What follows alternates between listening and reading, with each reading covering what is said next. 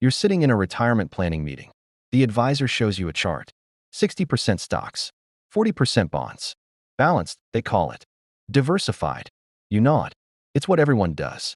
What everyone has always done. But no one explains what happens when both sides of that balance break at the same time.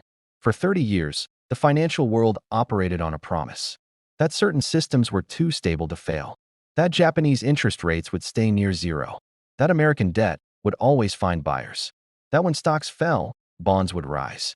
The promise held, not because it was true, but because enough people believed it was. And then, in January 2025, something changed. Not dramatically, not with headlines. Just a number ticking upward on a screen most people will never see. Japan's 30-year bond yield hit 3.9%, the highest level since these securities were created. Here's what that number represented. For 3 decades, Japan ran an experiment. Keep interest rates at zero. Suppress borrowing costs. Make it cheaper to borrow money than to save it. The goal was growth. The result was dependence. Japanese banks, insurers, pension funds, they couldn't earn returns at home. So they looked abroad.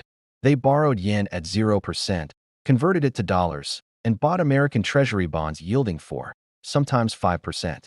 Free money, no risk, guaranteed returns.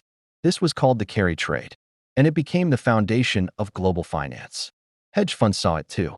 If you can make 5% risk-free, why not leverage it 10 times, 20 times? Suddenly, a modest trade became a $15 to $20 trillion position, woven into portfolios everywhere. No one called it fragile. They called it efficient. Then Japan raised rates. Not much, just to 0.75%. Still nearly nothing by any historical measure. But it was enough to break the math. If you're a Japanese investor, here's the choice you now face. Lend money to your own government at 3.7% in your own currency with no exchange risk. Or convert to dollars, take currency risk, and lend to the U.S. government at 4.8%. The gap is too narrow.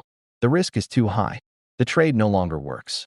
And when a $15 trillion trade stops working, it doesn't unwind politely. We saw the preview in August 2024. Japan raised rates slightly. The carry trade shuttered. Bitcoin dropped 23% in 3 days. The Nasdaq fell 10%. $2 trillion in market value evaporated in 72 hours. Then it stabilized. Central banks intervened. The panic faded, but the structural problem didn't.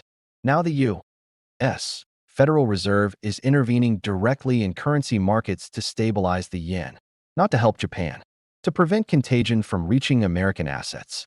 When a central bank steps in to prop up another country's currency, it's not diplomacy. It's containment. Here's the part no one explains in those retirement meetings. Diversification only works when assets move independently. Stocks fall, bonds rise. Bonds fall, stocks rise. The portfolio balances itself. But when the creditworthiness of governments themselves comes into question, that correlation breaks. Stocks fall because forced liquidation hits everything liquid. Bonds fall because rates spike and buyers disappear. Both sides of your 60-40 portfolio move down together. The hedge is gone. This happened in the UK in 2022. British pension funds nearly collapsed because stocks and bonds crashed simultaneously. The system that was supposed to protect retirees almost destroyed them instead. Ken Griffin, founder of Citadel, said it plainly. Bonds lose what makes them special when they move with stocks. Translation: the strategy you were told would protect you doesn't work anymore. The decision that set this in motion wasn't made in 2025. It was made in the 1990s, when Japan chose suppression over adjustment. After their asset bubble burst, Japan faced a choice.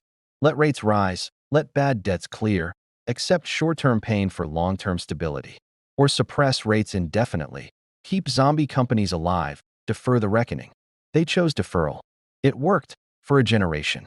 Growth stalled, but the system didn't break. Debt grew to 250% of GDP, but yields stayed near zero. The benefit was immediate. No mass bankruptcies, no political crisis. The cost was transferred to the future. And the future is now. Before we go further, if you're restarting to see how these invisible systems shape what happens to your money, hit subscribe. Most people won't understand what's coming until it's already happened. You don't have to be most people. What followed was 30 years of normalization. Japan's zero rates became permanent. Global investors built entire strategies around them. Trillions in leverage accumulated. The carry trade became infrastructure.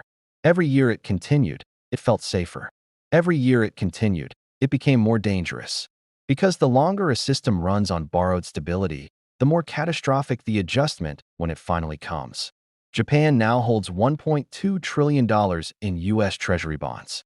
European institutions hold $3 trillion more. These aren't investments. They're structural positions that entire financial systems depend on. And when those positions unwind, they don't sell in an orderly way. They dump. Fast.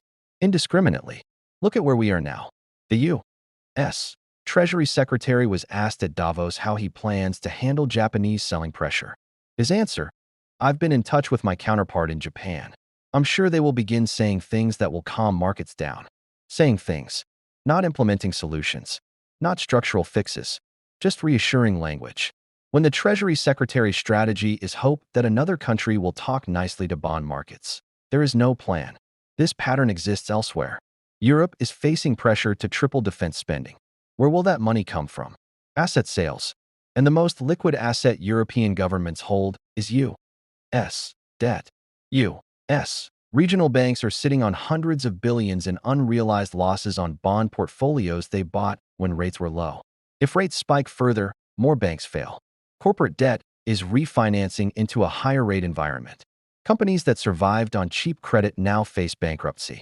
None of these are predictions. They're math. Here's the uncomfortable part. What systems are we trusting right now without understanding them? What feels permanent because it's lasted our entire adult lives? What conveniences are we accepting in exchange for fragility we can't see yet? The 60-40 portfolio felt safe because it worked for 40 years. Zero rates in Japan felt permanent because they lasted 30. The carry trade felt stable because it survived crisis after crisis. Until it didn't. The people who survive system failures aren't the ones with the most resources. They re the ones who understand that what everyone relies on isn't the same as what's reliable. They don't panic. They don't hoard. They don't predict collapse. They just refuse to confuse longevity with permanence. Drop a comment below. What system do you think people trust too much right now? What feels too stable to question? And if you haven't subscribed yet, do it now, because these patterns repeat, and recognizing them early is the only edge that matters. The carry trade is unwinding. Japanese bonds are repricing. The math that held global finance together for 30 years no longer works. What happens next isn't written yet. But understanding the system that's breaking doesn't make you fearful. It makes you adaptable.